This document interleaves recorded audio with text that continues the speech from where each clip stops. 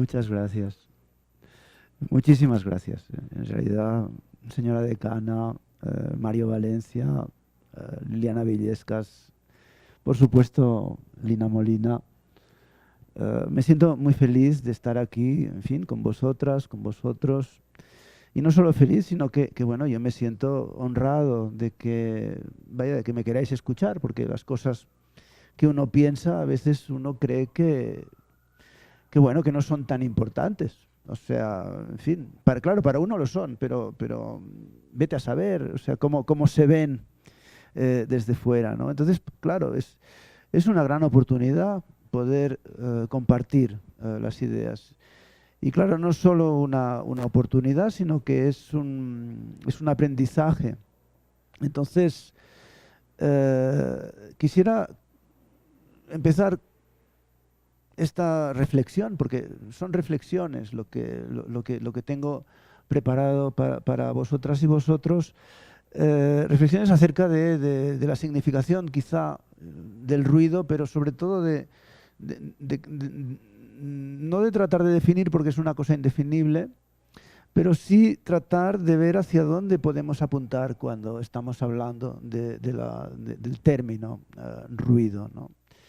Que es una cosa fundamental en sonido y por tanto en la creación sonora de nuestro tiempo, pero como muy bien ha dicho Lina Molina, el ruido no solo está en el sonido o en la música, sino que está por todas partes. O sea, el ruido es algo inherente al universo. Y en realidad, a medida que el tiempo pasa, yo casi me intereso más por lo que ocurre en el mundo y en el universo que lo que ocurre en el mundo puramente musical. Pero bueno, siempre he partido de la música como inicio para, digamos, adentrarme en el conocimiento siempre parcial de las cosas, pero bueno, en cualquier caso, un cierto conocimiento. Entonces, lo primero que pienso es que, claro, que las cosas, estas de las que hablamos, pues no acostumbran a darse de una forma totalmente arbitraria, ni existen causas que sean únicas para que ocurra un acontecimiento cualquiera, ¿no? O sea, por más que se centre la atención a uno de esos acontecimientos, siempre vamos a tener que contemplarlo como parte de una, digamos, una confluencia de acontecimientos donde todos intervienen de una manera que podríamos llamar conjugada, porque no podemos definirlo más, en realidad, porque estamos hablando de una manera general. Claro, y entonces es el propio conjunto de acontecimientos lo que determina pues, más acontecimientos, en realidad, en un juego de retroalimentaciones que es muy complejo, que es heterogéneo. Son realimentaciones cruzadas sobre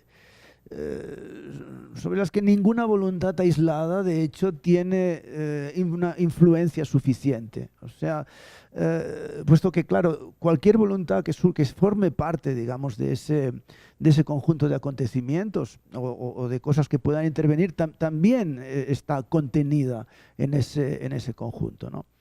Entonces, otra idea es que al someter a estrés alguna parte de un sistema, la tensión tiende a ser pues liberada a través de los puntos más débiles, ¿no? Y eso genera remolinos, eso genera fluctuaciones, y en fin, esas generaciones en realidad pues son procesos caóticos que, en definitiva, pues a menudo lo más corriente es que pues entrañen ruido de muy diversas clases, ¿no? Claro, muy comúnmente los procesos de ese tipo disponen de mecanismos de autorregulación que se basan en realimentaciones negativas. Aquí arriba creo que se ve el dibujo. No penséis que hay muchos dibujos, o sea, en fin, más bien hay pocos. Porque las reflexiones sobre todo son reflexiones verbales, mentales, pero bueno, he conseguido hacer unas cuantas imágenes. Entonces, esas realimentaciones negativas, pues bueno, se caracterizan porque a mayor salida que se produzca en un determinado sistema, pues, claro, se produce mayor restricción a la entrada, ¿no? Entonces, claro, la salida del sistema finalmente pues va disminuyendo, ¿no? Y con lo que se puede dar paso a una entrada otra vez. Y entonces, en fin, el sistema está más o menos equilibrado, como es el caso aquí. En el caso del cerebro, por ejemplo, se dan un montón, la mayor parte de realimentaciones son negativas. O sea, son feedbacks negativos.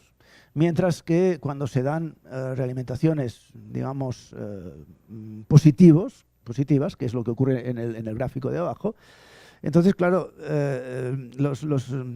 si no hay ninguna restricción a ese proceso de realimentación, la cosa va creciendo hasta que se llega a un punto en el que no se puede crecer más porque el sistema ya no puede más, ya no puede codificar más. Y por tanto, ahí, claro, la salida aumenta desenfrenadamente y bueno, y finalmente, pues bueno, se satura, ya no hay más posibilidad. Y en esa saturación, claro, la cosa tiene la energía tiene que salir por un lado, pero nunca vas a saber por dónde. Y ahí está, digamos, esas fluctuaciones de las que estoy hablando.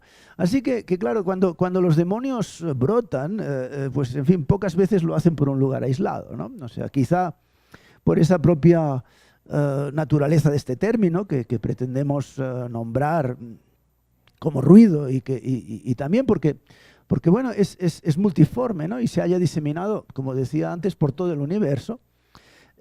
Su empleo, es el empleo del término, entraña una gran indefinición, ¿no? Entonces, y claro,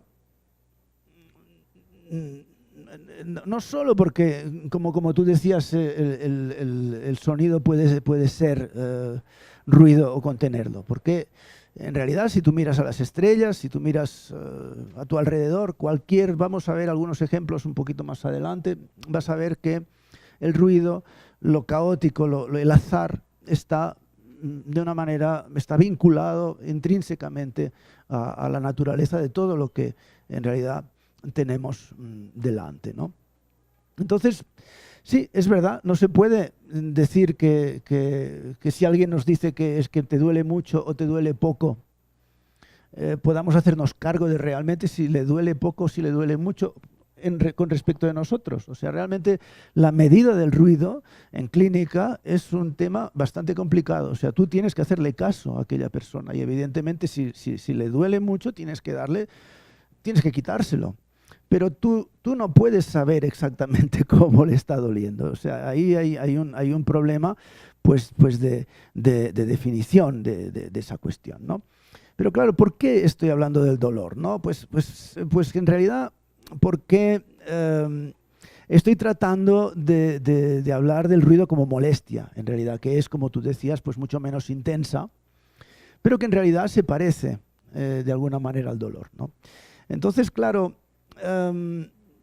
uno podría decir con respecto a esa molestia, que en realidad las molestias son mucho más borrosas incluso que el dolor. Porque claro, si a alguien le duele algo, te lo está comunicando, entonces tú, en fin, estás seguro que esa persona es consciente de que eso le duele.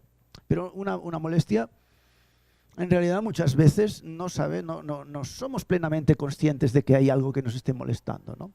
A veces sí, identificamos esa molestia, ¿no? Entonces ahí, pues claro, se produce esa, digamos, una borrosidad, ¿no? Que si la asociamos a la percepción puramente auditiva de momento, claro, eso está tremendamente vinculado al inconsciente, por otra parte. En realidad, bastante más vinculado al inconsciente, diría yo, y esto es una opinión personal, que a las, digamos, a las percepciones visuales con las que, bueno, realmente nos llegan muchísimo más claramente a la conciencia que algunos sonidos de los que verdaderamente nos cuesta muchísimo ser conscientes, ¿no? Pero, por ejemplo, uno diría, me molesta el ruido del tren. Ah, bueno, fantástico, ¿no? Entonces, y de la misma manera, otra persona podría decirte, pues mira, me encanta el sonido del tren. Y es el mismo fenómeno.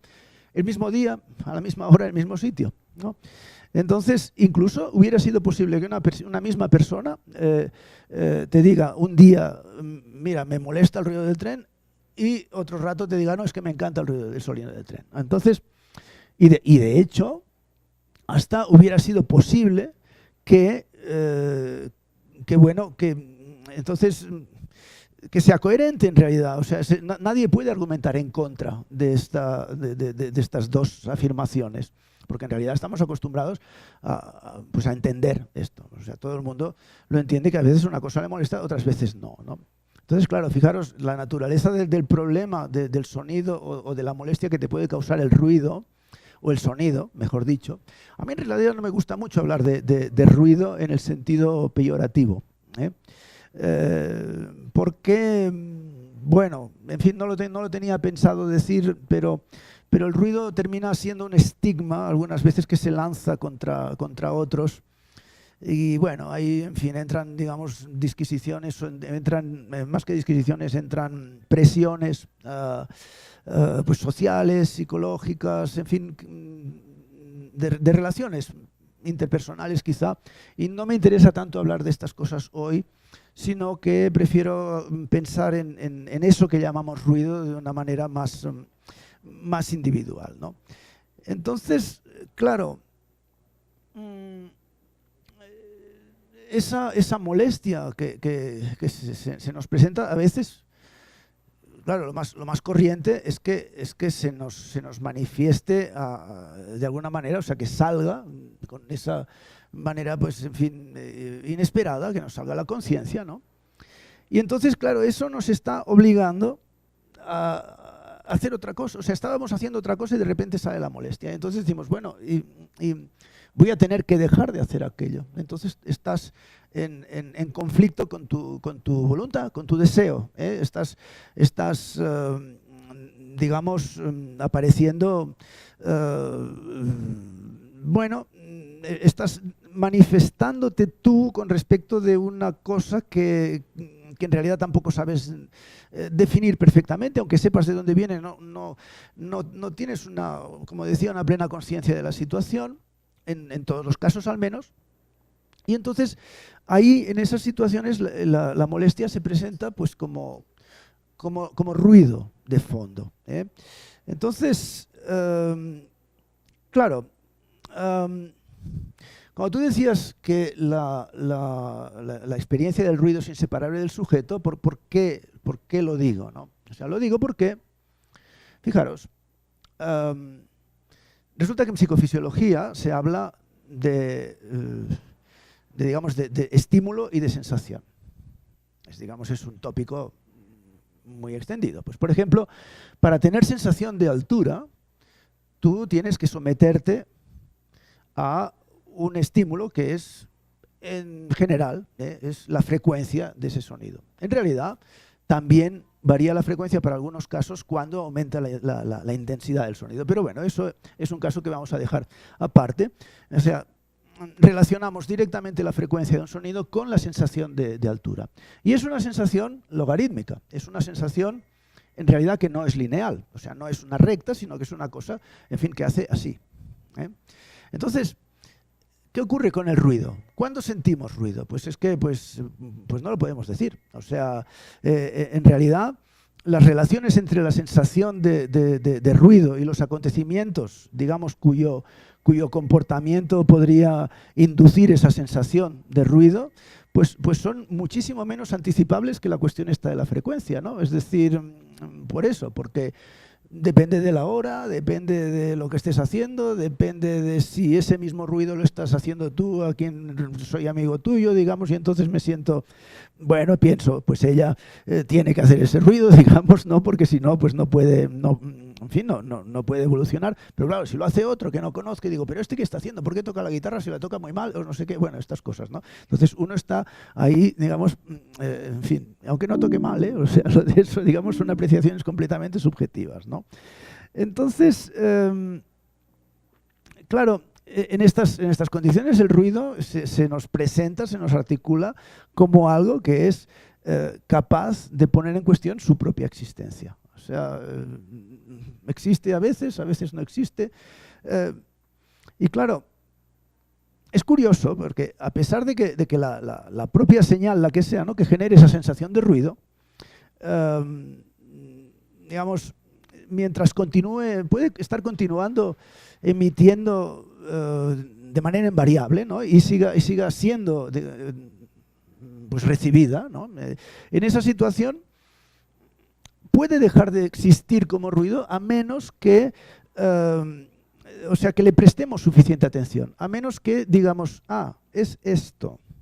Entonces, esto deviene una cosa con límites. En el momento que tú centras los límites a esa cosa que le llamabas ruido, entonces eso se convierte en algo reconocible, por más ruidoso que sea. O sea, ¿por qué le prestas atención? Ayer nos empezó a llover allí en la Alianza y aquello era un ruido muy importante que estaba, digamos, impidiendo que el sonido de la instalación se percibiera, ¿no? Pero bueno, en cualquier caso, dejó de ser un ruido, fue un sonido, porque también era un sonido interesante. Eso, en fin, caía la lluvia encima del techo de plástico y todo eso, y bueno, en fin, nos decíamos, pues vaya, esto, ¿cómo suena esto? Yo al menos pensé, caramba, no sabía que realmente en este techo de plástico así, de esta manera, llegase a sonar tanto, en realidad con tan poca lluvia, porque luego resultó que la lluvia tampoco era tanta, pero nos engañó, ¿no? Esto también forma parte de los tópicos de la percepción, ¿no? Entonces, claro, lo inesperado es una cosa fundamental para el ruido, ¿no? Y se manifiesta, pues como decías tú antes, en la perturbación de tus expectativas, ¿no? Y claro, ¿qué es lo que pasa? O sea que has aludido a la continuidad, ¿no? La continuidad es algo que en realidad decías, bueno, una cosa teórica, arcaica, y que se apropia de nuestros imaginarios. Claro, continuidad es un concepto matemático que habla, bueno, que en realidad se refiere a lo que es una conjetura, que es la conjetura del continuo. O sea, se refiere a la suavidad infinita que puede, digamos, contener una determinada curva. Esa suavidad infinita en realidad nos denota la ausencia total de ruido, es la perfección. Pero es que resulta que en el universo que nosotros conocemos esa suavidad infinita es difícilmente imaginable. Más bien lo que tenemos es un mundo discreto, un mundo que está hecho de partículas, una al lado de la otra, y que pueden estar correlacionadas o no. Ahora dicen algunos que están todas las correlacionadas, etcétera. Bueno, eso es otro tema, ¿no? Entonces, claro, ¿qué pasa con la continuidad? Pues bueno, que en realidad la continuidad es, digamos, es un concepto que de alguna manera se parece a Dios. Es decir, no discuto la existencia de Dios, ¿eh? O sea, no estoy hablando de ese tema. O sea, es algo que adquiere un sentido especial como bálsamo, ¿no? Como bálsamo del escozor que se produce cuando el espíritu fricciona con el vacío, ¿no? Entonces ahí, con el vacío y con otra cosa que es la incompletitud. Los humanos nos sentimos incompletos, ¿no? Y necesitamos esa completitud. Y esa necesidad de completitud, que es un sentimiento y que es real, de alguna manera, al menos en quien la experimenta, ¿no? Pero resulta que no porque esa sensación sea real, la propia completitud misma es algo que tenga que ser, digamos, real. Entonces, claro, al fin y al cabo, como se estaba diciendo en ese momento, todo indica que el mundo es, pues, esencialmente discreto, discontinuo. Hay átomos de hidrógeno, los átomos de hidrógeno que son los núcleos del átomo de hidrógeno, que están hechos, digamos, en su interior de ciertas partículas, y estas partículas están subdivididas en quarks.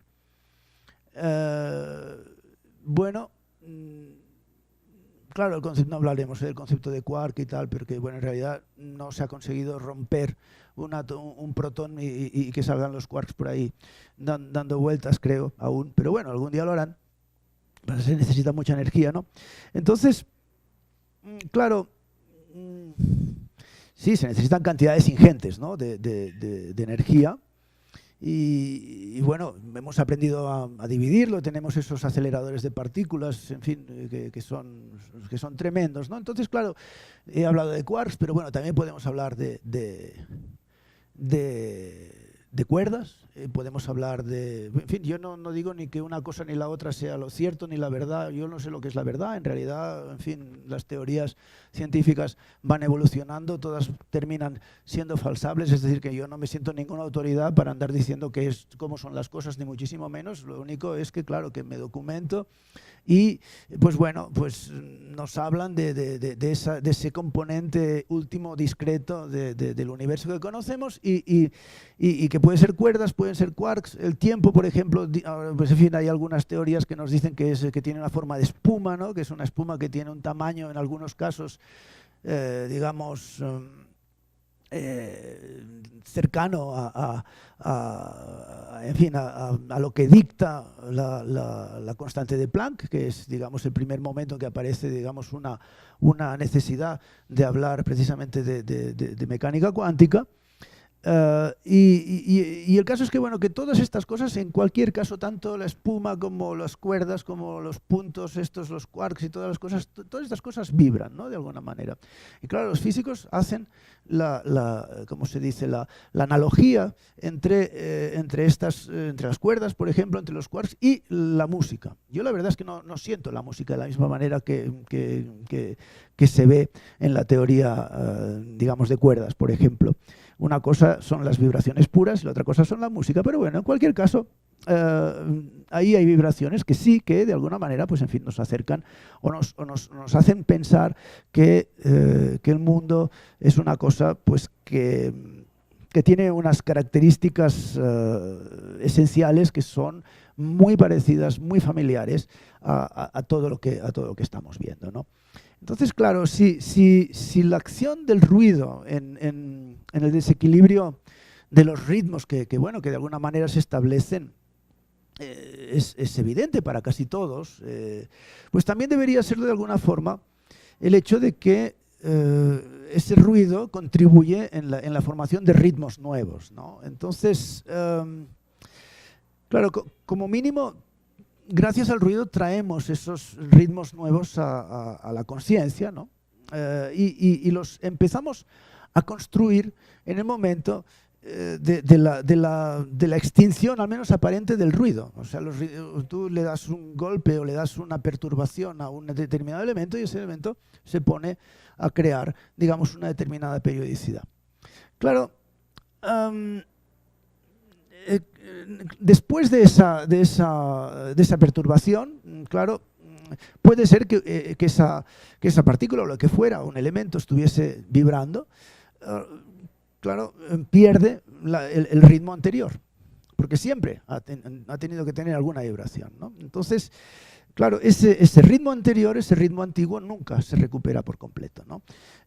Porque queda marcado por la nueva huella de la perturbación. Y claro, así visto, el ritmo es la resonancia de un sistema tras una exposición, pues, episódica a una perturbación cualquiera, estas que estamos aquí nombrando. Claro, si el cambio se produce de manera constante, es decir, si se ataca con ruido constantemente a ese sistema y entonces los instantes, digamos, se van uniendo, entonces se engendra también un ritmo. Lo que pasa es que es un ritmo bastante más complejo, bastante más difícil porque claro, decir ritmo no quiere decir únicamente hablar de ritmos que son iguales en el tiempo. Decir ritmo quiere decir que hay una segmentación, ya sea del tiempo, ya sea de la estructura arquitectónica, ya sea de cualquier cosa, ¿no? Entonces, claro, hay una cosa importante a decir aquí, porque claro, claro, cuando se engendra ese ritmo, en realidad nos estamos enfrentando a un ruido esencial, ¿no? Y además, es un ruido que tiene una... Bueno, que intrínsecamente contiene una incertidumbre, es una incertidumbre importante y que, de hecho, esa incertidumbre tan marcada es, y vamos a ver por qué lo pienso así, lo que yo llamaría la semilla del olvido. Entonces, claro, el ruido que pone digamos a prueba, ¿no? la predicción de los acontecimientos y con esa misma intensidad, de alguna manera, pues interfiere en la memoria, pues claro, altera el carácter del ritmo, pero también altera nuestro propio carácter, ¿no? Entonces, claro, con el espíritu y los ritmos, en fin, así modificados, ¿no? O sea, claro, y que se modifican, claro, casi continuamente, ¿no? Entonces llama la atención un deseo que compartimos prácticamente todas y todos, de experimentar siempre los mismos ritmos, incluso experimentarlos de la misma manera, en buscar una y otra vez esa sensación que, bueno, es que en realidad nunca vamos a recuperar plenamente. Es decir, es una sensación pues, que además de que no la vamos a recordar, digo, a recuperar, cada vez que intentamos rememorarla, caemos en el hecho de que la alteramos continuamente. Bueno, esto en realidad, en fin, está dicho de una manera quizá un poco bestia, pero en realidad si leéis a García Márquez, que en fin, él lo dice mejor que yo. No voy a intentar emularlo, ni mucho menos, pero en fin, nos habla precisamente de esta transformación de la memoria en el puro momento de intentar rememorar. Ahí hay ruido, ahí hay azar, ahí hay, digamos, esta cuestión que estamos, digamos, caracterizando como interferencia en la memoria, ¿no? Entonces, claro, como caso, llamémosle, en fin, paradigmático, el ruido es algo que se opone a la periodicidad, y que es esa característica que encontramos en el mundo bastante a menudo, de la que vamos extrayendo patrones y, en fin, es patrones que claro, que vamos reconociendo, ¿no? Y que despierta en nosotros pues, la sensación de que hemos comprendido algo, ¿no? Claro, tal vez esa cosa que es comprender, y no solo, pero de momento digamos que quizá comprender sea una creencia. Yo cada vez estoy más convencido de que no comprendo nada. Es una manera de hablar. Es un término, es una sensación, es una creencia, ¿no? Entonces, claro, digo yo que comprender es parecido al conocer, pero también es muy parecido a desconocer. Uno dice, yo no puedo, yo desconozco, yo... Bueno, ¿y por qué piensas eso? Porque, en fin, ¿qué significa realmente? No está claro para mí lo que significa desconocer, ni lo que significa no alcanzar a entender. Y yo creo que verdaderamente ni comprendemos ni dejamos de comprender. Sabemos algunas cosas, ¿no? Eso es cierto, pero no son conocimientos del todo. Y eso, claro, nos aleja de una idea pues, global de lo que percibimos. Y yo creo que de alguna manera comprender es el sueño de un límite. Es un límite al que no alcanzamos. O sea, que nuestra naturaleza humana no nos permite, digamos, llegar, ¿no? Claro, luego también tenemos la confianza en la relación de causa y efecto entre nuestra, digamos, nuestra voluntad de autoría y el resultado pues, de nuestros actos. Eso también es otro límite. Claro, tú lanzas la piedra, ¿no? Y presumes que esa piedra va a alcanzar un determinado punto, que va a salir por la puerta, pongamos por caso, ¿no? O que va a romper este cristal, Dios me libre. Pero bueno, en cualquier caso tú lanzas la piedra, ¿no? Y claro, lo esperas porque otras veces ha ocurrido igual, es decir, has lanzado con esa fuerza y pasa por allí, bueno, en fin. Entonces, ¿qué conocimiento extraes del hecho de que la piedra salga siempre por la puerta cuando la lanzas con una determinada fuerza, ¿no? Pues, de hecho, lo que haces es familiarizarte con el hecho. O sea, coges una memoria muscular, etcétera, ¿no? Te familiarizas pues también con el lenguaje del hecho, si se puede hablar de lenguaje, y lo que haces es incorporar ese lenguaje a tu propio lenguaje. Entonces, claro, lo haces tuyo, pero eso no implica que hayas penetrado en ese fenómeno. Ese fenómeno está ahí y tú estás, quizá, de hecho, formes un poco parte de ese fenómeno, pero no eres ese fenómeno, ¿no? Entonces, claro, uno se pregunta, ¿es verdaderamente innata la tendencia a considerar positivo lo predecible y negativo lo impredecible? ¿Por qué estamos? En realidad es la misma pregunta que antes antes he hablado de los ritmos y he dicho, ¿por qué queremos siempre escuchar los mismos ritmos? En realidad estamos ante la misma situación. Claro, es cierto que parece una adquisición evolutiva, ¿no? Es decir, sin la cual quizá es posible que no hubiésemos podido tirar la piedra para matar al jabalí o lo que fuera y comérnoslo y toda la historia.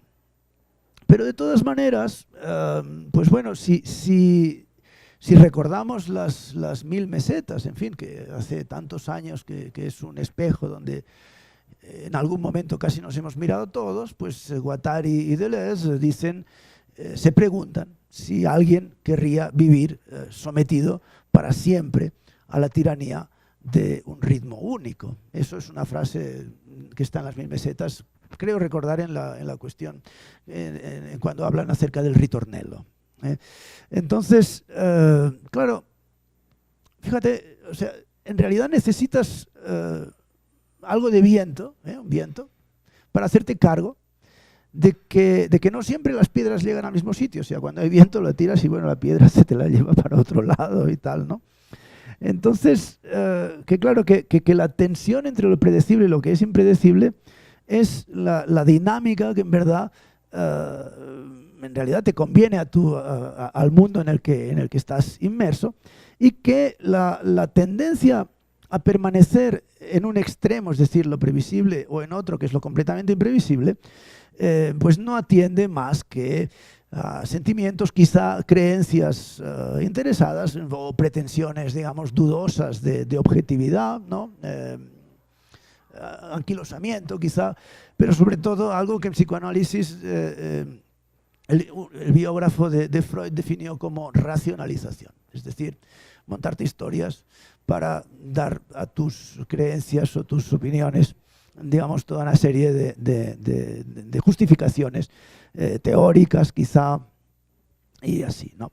Entonces, claro, yo quisiera decir que es que no solo es que el mundo esté hecho de esas periodicidades y de aperiodicidades, es que resulta que la mayor parte de veces es imposible separar unas de otras, ¿eh? O sea, y de hecho, un caso distinguido de este enunciado, es que, perdonad, disculpad, tengo un poquito de picor. No, deja, ya está, muchas gracias. De momento está. Es el habla, ¿eh? El habla donde el equilibrio entre la periodicidad y la aperiodicidad se manifiesta en bueno, sí, muchas gracias, sí, porque no sé qué me ha pasado ahora. Dicen que el agua va bien para estas cosas. Bueno, parece que sí. Ya veremos. Pues en fin, esa tensión entre la periodicidad y la aperiodicidad se presenta en las vocales. Las vocales tienen, bueno, en las vocales que tienen una composición espectral clásicamente llamada armónica, y las consonantes, que a excepción solo de algunas, por ejemplo como las nasales, se caracterizan por la gran variedad de sus espectros ruidosos. Prácticamente todas las consonantes son ruidos distintos, ¿no? Como por ejemplo P, o por ejemplo S, o por ejemplo R. Todo eso en realidad son ruidos que se añaden a las vocales, pero es que se juntan. Si uno mira el espectro que sale de un análisis fonológico, en realidad es incapaz de ver dónde está la vocal y dónde está verdaderamente la consonante, ¿no? Es muy difícil, digamos, digamos, independizarlas. Están juntas en esa cosa pues que estamos utilizando constantemente cada día, que es el lenguaje para todos los tipos de cosas. O sea, ya lo sabéis, estamos hablando todo el rato. A veces para... No se sabe muy bien para qué hablamos, pero bueno, eso es otra cuestión. Decía Wittgenstein que en el segundo Wittgenstein, claro, el primero era, digamos, decía que bueno, de lo que no se puede hablar, mejor es callar y ya está, y el lenguaje sirve únicamente o partía de esa premisa que el lenguaje servía únicamente para decir, o sea, para emitir premisas formales, digamos, verdaderas. Pero luego, más adelante, cuando ya se hizo más viejo, pues decía, no, es que en realidad el lenguaje es para significarse. Nos significamos a través del lenguaje también, ¿no? Nos significamos como personas, ¿no? Entonces, la sorpresa, pues en realidad, es tan funcional como la rutina. Para ser sorpresa necesita emanar del ruido. O sea, claro, siempre en relación con algún cambio de régimen, las señales de las que la experiencia ruidosa surge son, pues, en alguno de sus aspectos estructurales al menos, son discontinuas, son imprevisibles, son esencialmente aperiódicas, son de lo que se denomina de autocorrelaciones bajas, también con escasa o nula memoria, además. Entonces, cuanto más manifiestas sean en ellas, digamos, en los fenómenos en general estas características, con el aumento de la probabilidad de error que esta situación lleva consigo, cuanto más capaces sean de poner a prueba a la memoria, más capaces de engendrar ruido, en realidad habrían de ser consideradas, o sea, más ruidosas, o sea, más, en el fondo, más ruido, esencialmente más ruido. Bueno, estas consideraciones así tan generales, y a veces, perdonad, tan difíciles a veces, pues vamos a cortarlas ahora de momento, y vamos a imaginar una superficie plana, de porcelana, completamente lisa, al menos, en apariencia, constante y, como tal, absolutamente previsible desde cualquier punto. Claro, perdonad, el dedo que se desplaza de un lugar a otro de esa superficie de porcelana, que es, digamos, completamente plana, claro, solo siente la suavidad de la... En fin, sí, muchísimas gracias. Me viene fantástico. Es que me he olvidado de cogerlo de la habitación. Bueno, aquí lo tengo. Esto, claro, el dedo, cuando lo pasas por esa superficie, es incapaz, en ese caso, de distinguir entre dos zonas distintas de la superficie. Pasa por aquí, pasa por aquí, pasa por aquí, y dices, pues la verdad es que yo, por el puro contacto, por la pura sensación que tengo en la piel de mi dedo, no tengo manera de saber dónde tengo el dedo, así, sobre todo si estoy con los ojos tapados, ¿no? Claro, vamos a modificar ahora los niveles de esos puntos, de manera que se formen, pues, valles y colinas, ¿no? Y claro, teniendo cuidado, de todas maneras, de que no se produzcan desniveles demasiado bruscos. O sea, simplemente que sea una cosa así, ¿eh? Entonces el dedo, pues claro, pasa por aquí, tal. Y claro, lo que ocurre es que al desplazarse de un punto a otro, siente la misma suavidad. Sin embargo, el dedo, que está en contacto con en fin, con el brazo, pues claro, se da cuenta de que está, pues, en una montaña, que está en un valle. Incluso podríamos ponerle nombre a esta montaña que hay aquí, a este valle que esté aquí, a esta otra montaña, porque es un poquito diferente, etcétera, lo notamos, ¿no? Entonces, claro, podemos identificar pues zonas distintas, ¿no? Entonces, de todas maneras, la periodicidad infinita de esa superficie en este momento se nos ha roto. Y a partir de un determinado punto, a medida que vamos deformando esta superficie, vamos encontrando una rugosidad mayor.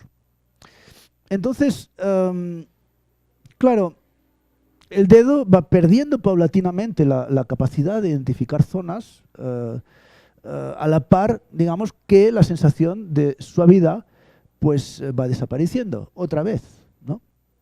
Entonces, claro, para el dedo, la superficie de esta manera pues ha devenido, perdón, mucho más ruidosa, ¿no? Claro, un conjunto de puntos de esa superficie cuya posición se distribuye aleatoriamente en el interior de una superficie, pues conforma un ruido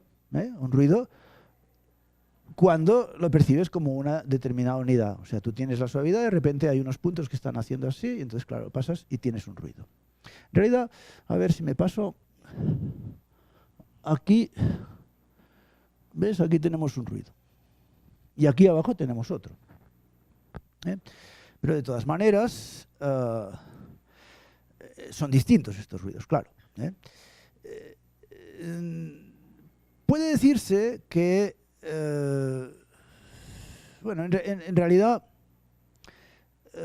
claro, si resulta que todas las posibles alturas de los infinitos puntos de la superficie pues fueran igualmente probables, entonces el ruido sería blanco, es lo que tenemos en la parte de arriba, ¿no? Claro, si por el contrario la distribución de puntos tendiera a favorecer los de alguna altura dada, pues entonces tendríamos un ruido coloreado, quizá rosa. Si las alturas decrecieran, en fin, linealmente con la distancia, por ejemplo, con la distancia de un determinado punto, sería, bueno, rojo si el decrecimiento fuese cuadrático, ¿no? Sería violeta si hubiera un aumento, perdón, sería azul si el aumento fuese lineal, sería violeta si el aumento fuese cuadrático, y sería negro si solo unos pocos puntos de la superficie tuvieran alguna altura distinta del resto, ¿no? Entonces, claro, al fin y al cabo, cualquier ruido pues, puede ser considerado como un conjunto de valores que se atiene a una distribución estadística particular, ¿no? La distribución de probabilidad de los valores de un ruido gaussiano pues es una distribución normal, o sea, la llamada campana de Gauss, algo que hace así, y por tanto, todo lo que está en esta zona, o sea, digamos, las señales que tenemos en esta zona, pues son mucho más probables que las que tenemos a partir de, en fin, las que tenemos fuera de la zona central, ¿no? Entonces, ese es el caso del gaussiano, pero bueno, la del ruido blanco es una distribución completamente uniforme, o sea, es así, completamente plana. Es una distribución equiprobable también, ¿no? También hay, en fin, el ruido de Poisson, que a veces se le llamado de ruido de disparo, que es una distribución de Poisson, o sea, que se corresponde, mejor dicho, por no incurrir en abuso del lenguaje, se corresponde con la distribución de Poisson. La de un proceso de Bernoulli, por ejemplo, pues se corresponde con la distribución de Bernoulli, etcétera. En realidad, cualquier distribución de probabilidad del bestiario estadístico tiene un ruido asociado y que es precisamente el resultado de la aplicación de un tipo de proceso aleatorio que se observa en esa ley, ¿no? No vamos a hablar de ese tema, ¿no? Pero bueno, ahora volvamos a la situación de la superficie. Yo estoy a oscuras, con mi dedo que se halla pues, sobre un punto de la superficie de la que desconozco completamente su condición. Y claro, yo en principio no sé si va a ser rugosa o si no va a serlo, o sea, de momento, pues no sé, puedo pensar que es totalmente llana o que tiene, digamos, elevaciones y depresiones pues más o menos suaves, ¿no? Como hemos estado viendo, ¿no? Claro, para saberlo no me queda otra opción que tratar de realizar un desplazamiento del dedo en alguna dirección. Y bueno, escojo una y y noto pues, que he tenido que subirlo mucho, así de repente. O sea, digo, me muevo, pum, y se me pone el dedo aquí arriba, ¿no? Claro, hay un salto ascendente, y continúo con el desplazamiento en la misma dirección, ¿no? Y resulta pues que he tenido que llevarlo hacia abajo también bastante. Bueno, y claro, digamos que bastante, pero quizá no tanto como había subido la primera base. Pero bueno, de momento eso es igual. ¿Qué va a pasar en el próximo movimiento? Pues bueno, en realidad no tengo ni idea. No tengo ni idea de lo que va a pasar. O sea, y claro, como que no tengo ni idea, pues bueno, continúo con mi desplazamiento con mi dedito, ¿no? Y bueno, compruebo que el dedo pues ha descendido otra vez, por debajo de esa altura inicial. Y entonces, claro, yo me pregunto, ¿debo pensar que vaya a continuar bajando? Pues no. En realidad no tengo ningún motivo para pensar que mi dedo va a ir bajando. En realidad, en el próximo desplazamiento sí, mi dedo desciende, pero en el siguiente pues asciende otra vez. Y lo importante en este caso que estamos hablando es que no encuentro ninguna ley que me permita prever si voy a tener que llevar el dedo hacia arriba o hacia abajo, así que continúo yo, pues en fin, desplazando mi dedo pues en esa misma dirección. Unas veces lo subo, otras veces lo bajo, y de hecho estoy muy lejos en realidad del punto inicial y aún no he encontrado la fórmula que me permitiría anticipar ese movimiento siguiente, ¿no? Y claro, siento que tengo en este momento, en cualquier momento en realidad, la misma probabilidad de subir que de bajar. La misma de ascender o descender 3 milímetros que 1,5, que no sé, que 20, 13, etcétera, ¿no? O sea, todos los sucesos posibles en realidad tienen exactamente la misma probabilidad. Es decir, no puedo prever, pues, qué es lo que pasará después. Entonces, claro, pero es que no solo eso, sino que en este caso, a medida que voy avanzando, ¿no?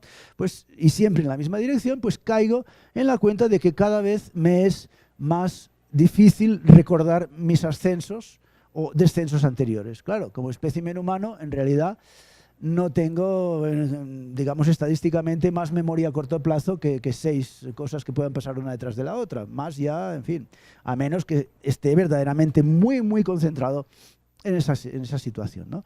Entonces, claro, si los registro de alguna forma, es decir, los anoto, pues durante un rato voy reparando en que la altura media de los desplazamientos, pues en realidad es la media entre el nivel más bajo y el nivel más alto, ¿no? Y digamos que pongamos que eso es 0, ¿no? Entonces, además, pasa que a la vista de la sucesión de alturas alcanzadas en el desplazamiento, pues no me doy cuenta de que haya ninguna secuencia repetida. Y claro, aparte de extraerlos uno a uno de una memoria suplementaria, claro, no existe ningún procedimiento que me permita recuperar esos datos del pasado. Y en realidad es por eso, por lo que digo, que el ruido blanco no tiene memoria. No tiene ninguna memoria. Es decir, y por eso no puedo aplicar ninguna ley acerca de lo que va a pasar en el futuro. No puedo inferir un determinado comportamiento, ¿no? Resulta que si disminuyo aún el tamaño de mi dedo y de sus desplazamientos, obtengo el mismo tipo de resultados, ¿no? O sea, son alturas totalmente aleatorias, altura media de los desplazamientos 0, una ausencia de ley de formación. Si aún reduzco el dedo un poquito más y los desplazamientos un poquito son más cortos, pues en fin, me pasa exactamente lo mismo. Y entonces, en esas situaciones estoy verdaderamente ante un ruido blanco. ¿Qué es el ruido que producen, por ejemplo, los electrones en un tubo de rayos catódicos o en un reactor nuclear? O sea, eso es una de las pocas, digamos, situaciones en las que un ruido blanco se produce. Es decir, que cuando hablamos de que aquello es un ruido blanco, tal, no verdaderamente. Los ruidos que acostumbramos a ver son ruidos coloreados en la naturaleza. Entonces, resulta que ese ruido blanco, en cualquier caso, no se parece a nada, o sea, no tiene, como hemos dicho, memoria. Claro, pero de todas maneras podría haberme ocurrido una cosa completamente diferente, que es un poco lo que tenemos aquí abajo, ¿no? claro, nadie podría negarme que en un momento determinado, si continúo a oscuras, o sea, ese experimento, y continúo con el desplazamiento de ese dedo, que es un dedo infinitesimal, o sea, que podemos ir, digamos, variando de tamaño, o sea, de escala variable, podríamos decir, y a tientas, ¿no?, sobre la superficie desconocida, ese comportamiento podría, pues, cambiar en algún momento. Digamos que lo voy anotando también, ascendente, pongamos por caso, como antes, y me pregunto qué va a pasar después, igual, ¿no? ¿Subiré o bajaré? Bueno, sigo sin saberlo, ¿no? Pero muevo el dedo en la misma dirección y constato que continúo ascendiendo. De momento estoy ascendiendo bastante, pero bueno, me puedo preguntar, ¿continuaré ascendiendo? Bueno, pues no lo sé, pues no. O sea, al siguiente paso resulta que he descendido un poquito. Pero luego realizo 3 movimientos más y resulta que todos esos movimientos han sido ascensos. Y vaya, ¿y entonces qué pasa? O sea, pues bueno, miro un poquito más y al cuarto movimiento, después de estos 3, pues resulta que me doy cuenta que desciendo otra vez, ¿no? Pero al quinto nuevamente experimento una subida, una elevación. Y claro, entonces digo, es que es la ascensión una tendencia generalizada en esta zona. Pues así lo parece, ¿no? O sea, los desplazamientos sexto y séptimo pues me llevan el dedo ligeramente hacia abajo, pero al octavo, pum, otra vez se me lleva para arriba, ¿no? O sea, continúo ascendiendo, pues pongamos, durante 5 desplazamientos más. En el momento puede decir que la tendencia es la ascensión, a pesar de que de vez en cuando experimente un ligero descenso. Bueno, pues aunque continúo sin poder prever exactamente el siguiente paso, tengo la impresión de que hay más probabilidad de ascender que de descender, al menos en este trozo que os estoy describiendo, ¿no? De momento, ¿no? Entonces puede que la tendencia en un determinado momento se invierta, ¿no? Y a partir de ese punto, pues puede descender durante un rato. O sea, siento en realidad que esté donde esté, el valor siguiente depende en cierta medida de los valores anteriores. Igual que antes, estoy registrando las alturas que voy alcanzando a cada paso y las comparo con todas las que he obtenido anteriormente y veo que la llamada autocorrelación de la zona, de esta superficie, se mantiene pues por encima de 0. Y es bien al contrario de lo que pasaba antes, o sea, que con el ruido blanco. O sea, era casi siempre 0, excepto en algunos puntos distribuidos aleatoriamente. Ahora resulta que si la altura aumenta en un desplazamiento, tiende a aumentar en el siguiente y viceversa, ¿no? Y sin embargo, como estoy diciendo, no puedo decir que exista ninguna relación de causa y efecto entre estas situaciones entre estos hechos puntuales que estoy describiendo. O sea, simplemente podemos decir que ocurre así. Claro, la causa de ello, en realidad, si existe, debe buscarse en la naturaleza del proceso que genera ese comportamiento, pero no en el propio comportamiento. Y este ruido, a diferencia del anterior, que se parece a sí mismo, a medida que reduces la escala del dedito infinitesimal, pues resulta que es en realidad autosimilar, es decir, que se parece muchísimo a medida que vas reduciendo. Eso se llama simisimilaridad, homotecia, autosimilaridad, etc. Pero bueno, en cualquier caso, este ruido tiene memoria. Claro, y esto es lo que vemos, por ejemplo, aquí. ¿Veis? En realidad, aquí tenemos un ruido blanco con esa correlación de probabilidad, el ruido rosa, que digamos que no es tan caótico como el otro y por tanto tiene esa otra pendiente, digamos, más pronunciada. Luego tenemos un ruido rojo donde la pendiente es aún más pronunciada, luego el ruido azul que habíamos dicho, pero en cualquier caso todos los ruidos coloreados tienen esa memoria de la que estamos hablando, mientras que el ruido blanco no tiene memoria, ¿no? Entonces, claro, yo os diría que la naturaleza, en realidad, bueno, he empezado diciendo eso, está llena de acontecimientos para los que tales ruidos pues, son modelos de su forma de ser, ¿no? O sea, el paisaje precisamente es una muestra de ellos. Mirad alrededor, ¿no? Y oye, ¿qué forma hay qué mancha, ¿no? qué elemento de todo lo que estás viendo no tiene alguna cosa de aleatorio que escape a una tendencia general. O sea, tienes montañas, tienes nubes, tienes vegetación, tienes formas de los animales, tienes rugosidades en los materiales de construcción, tienes imperfecciones en realidad de todo tipo en las pieles de los animales, de las personas, también en las carrocerías de los coches, ya que estamos hablando de piel. O sea, a pesar de que los propietarios se pasan la vida limpiando, bueno, algunos, o sea, ahí en fin, cuidando la carrocería, ¿no? Claro, plantéatelo, o sea, ¿eres verdaderamente capaz de prever con total precisión las formas efímeras y espumosas, ¿no? de las lenguas que dibujan las olas cuando mueren en la arena? Ahí tienes el ruido, ¿eh? O sea, tienes el ruido cuando te asomas al borde de la tierra aparentemente plana, cuidado. O sea,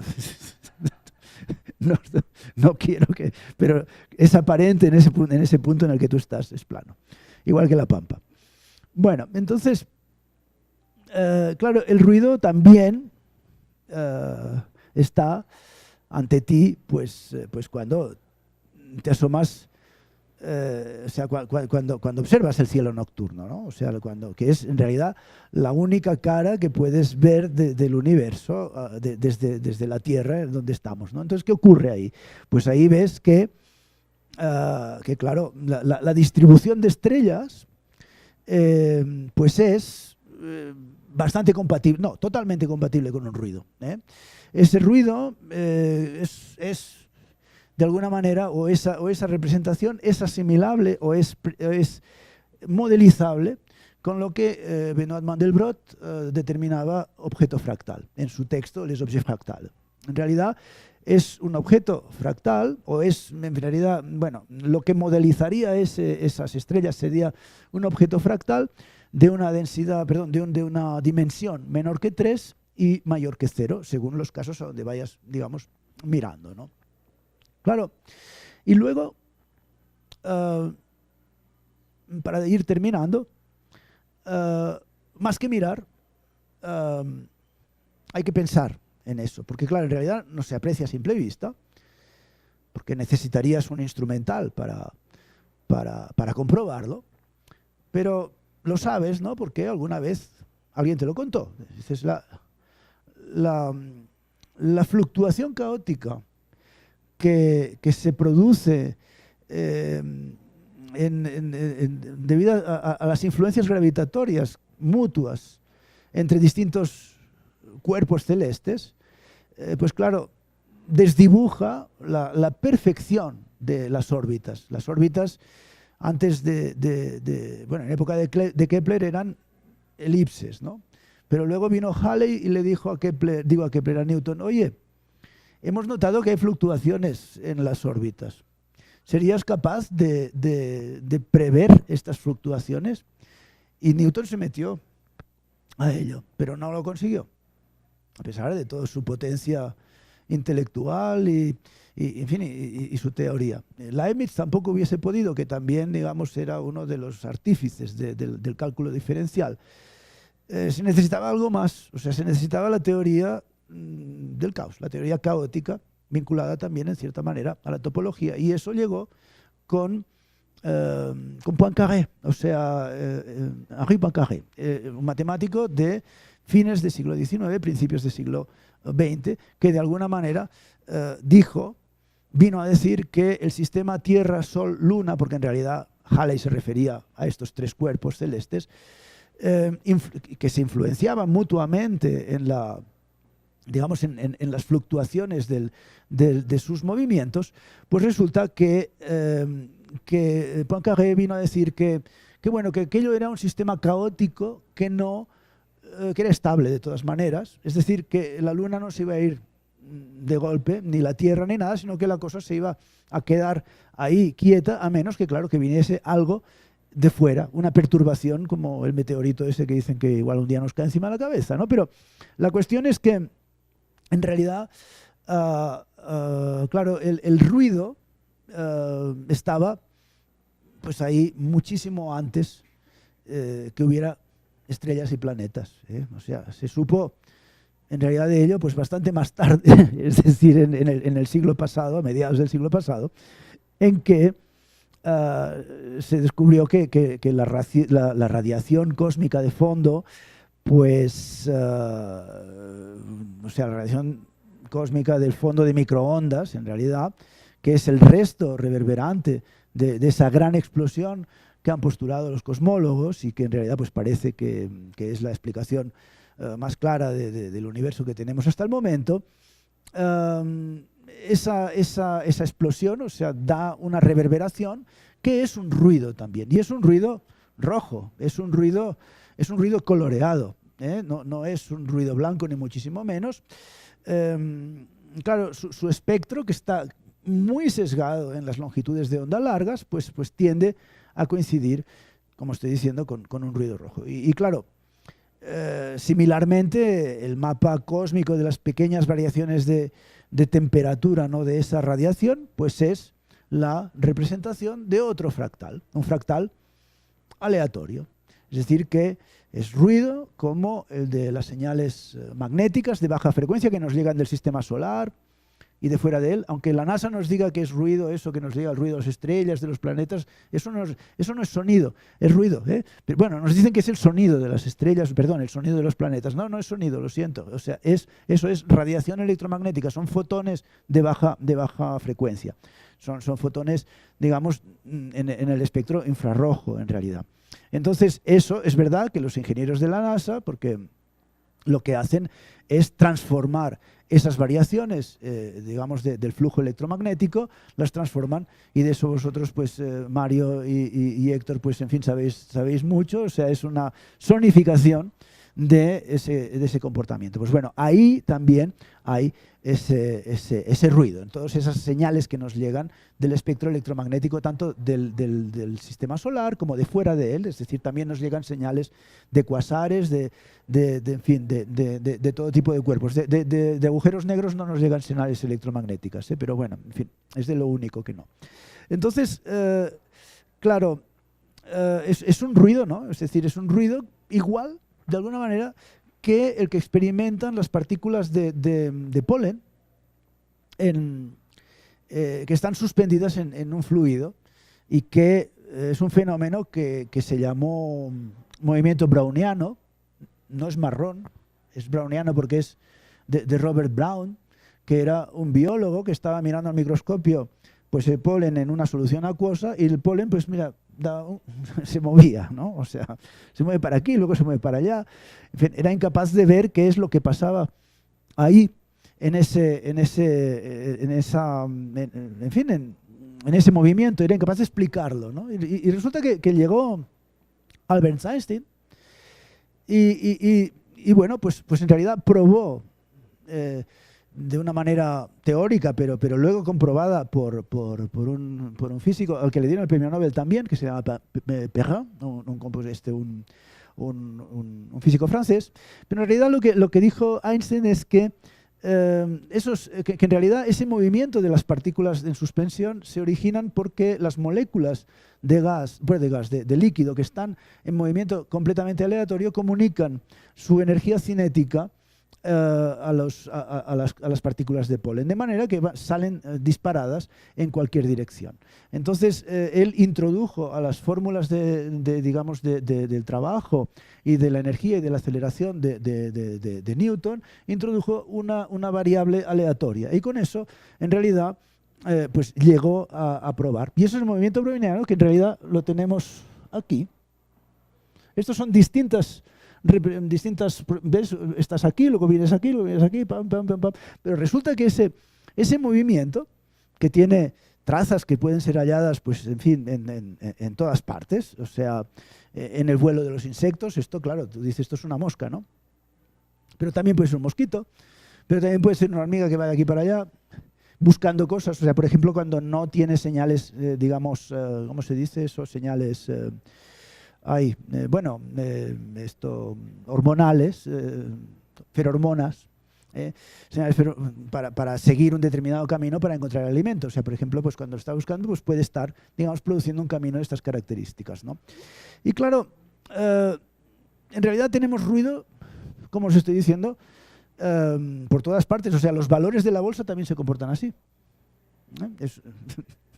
Eso es terrible, ¿no? Bueno, la bolsa en realidad lo que nos está dando es el estado psicológico de los inversores. O sea, entonces ahí hay un ruido tremendo que, bueno, que los economistas estudian lo más a fondo posible, y precisamente ha habido varios premios Nobel de Economía que han tratado, digamos, de acotar, digamos, la influencia de este ruido, ¿no? Entonces, claro, bueno, en el tráfico de Internet, por supuesto que se produce este fenómeno. En el tráfico rodado también, o sea, que si se para el coche, que si no se para, que si tal, que si hay tantos coches, tanta densidad, todo eso funciona de esa manera. Pero es que resulta que aunque la materia y esos acontecimientos que ahora conocemos desaparecieran, pues resulta que continuaría, según los físicos, habiendo ruido, ¿eh? Y es el llamado ruido cuántico. Ese ruido es un ruido del que la teoría, que no da ninguna explicación de por qué aparece, pero que postula que aparece, es la teoría cuántica de campos, pues dice que no tiene ninguna causa, pero en cualquier caso el vacío está lleno de ruido. O sea, de ruido en el sentido de que no es posible determinar con precisión arbitraria, digamos, al mismo tiempo la cantidad de movimiento y la posición de una partícula, por ejemplo, ¿no? Y tampoco es posible determinar la energía de un acontecimiento y su duración. En realidad, en el vacío cuántico resulta que digamos, la energía y el producto de la energía y la duración de las partículas virtuales es completamente aleatorio, solo que nunca supera un determinado valor, que es precisamente el valor de la constante de Planck de la que hablábamos antes, ¿no? Entonces, claro, este es un azar que es intrínsecamente, al menos mientras no se demuestre lo contrario, porque hay quien cuestiona la teoría cuántica, es muy distinto, digo, de aquel de Pierre Simon de Laplace, que dijo que, claro, veía como el ruido, en realidad, o el azar, lo veía como resultado del desconocimiento. Del desconocimiento de lo que él denominaba pues causas verdaderas, las llamaba, ¿no? Entonces es un azar, por otra parte, y ahora sí que voy a terminar con esto, que parecería comparable a la existencia de un número que se llama omega, que ha sido, digamos, descrito por Gregory Chaitin. Bueno, digo Chaitin porque es argentino, que vive en Sao Paulo, creo que vive, y que define como la probabilidad de que un determinado programa que se genera tirando monedas al azar se pare, se detenga. Monedas al aire, quiero decir, ¿no? Entonces, tú vas tirando monedas y entonces eso determina una secuencia de números que es un programa. Ese programa se puede parar o no en la llamada teoría de Turing. Las máquinas que se paran son máquinas que cumplen, digamos, un determinado cometido algorítmico, o sea, cumplen una función computable. Mientras que las máquinas que no se paran nunca son máquinas que en realidad pues están, bueno, no dan ninguna respuesta. Y precisamente de esto se ocupa Gregory Chaitin. O sea, él dice que ese número azar es el resultado, digamos, es el número pues en fin, o sea, es la probabilidad, mejor dicho, de que un programa hecho de esas características finalmente se detenga. Y entonces, claro, es un número pues que resulta que cuyos bits pues no son cognoscibles, en realidad, no los podemos saber, ¿eh? Es un número que, bueno, en realidad es una información matemática que es incomprensible, es decir, que no puede ser comprendida, pero es que también eso se manifiesta en el hecho de que no es compresible, es decir, que no se puede comprimir, ¿eh? No se puede comprimir, o si se prefiere, no se puede codificar en las instrucciones de un programa que tenga menor tamaño que ella. Entonces, claro, si no lo puedes comprimir, pues resulta que, claro, que si está la manera de predecirlo o de hacerlo va a ser exactamente igual que el número que estás diciendo. Por tanto, no estás, digamos, llegando a ninguna compresión y tampoco estás llegando a ninguna comprensión. Y esa es esa accidentalidad inspira en Chaitin la concepción de un sistema, digamos, especial de ecuaciones que en álgebra se llaman diofánticas, y entonces él se pregunta si esas ecuaciones tienen un número finito o infinito de soluciones. Son 26 ecuaciones, digamos, en un sistema de 26 ecuaciones que resulta pues que es imposible saber si tienen solución o no tienen solución, ¿no? Entonces, claro, así, de esa manera, él plantea en la aritmética, que es algo que en principio no está en el mundo, está aparentemente, es fruto de nuestra cabeza, en realidad, que en realidad es la teoría elemental de los números, la aritmética, que resulta que hay un objeto de n bits que no puede ser definible con un programa de menos de n bits, y eso supondría, en realidad, la presencia de aleatoriedad en el mismísimo seno del pensamiento matemático, que en realidad ya se mostró en el año 31, es decir, a manos de Kurt Gödel, que en realidad ese sistema era incompleto. Es decir, que no todas los teoremas que tú podías enunciar en ese determinado sistema aritmético podían ser, digamos, probados. O sea, que había cosas que no se podían resolver ni ser verdad ni mentira a partir de los axiomas fundamentales de la aritmética, que habían sido en ese momento ya planteados por Bertrand Russell y por Whitehead. Bueno, entonces yo creo que con estas cuestiones podemos dar por terminada si os parece, esta charla.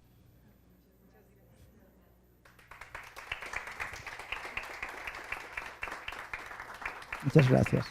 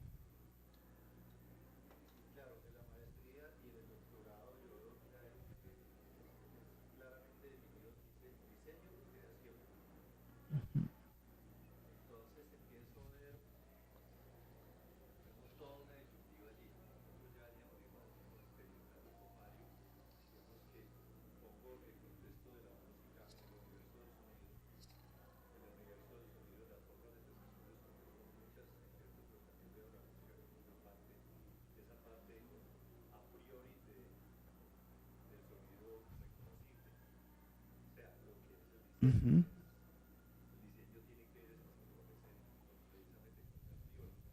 Uh-huh.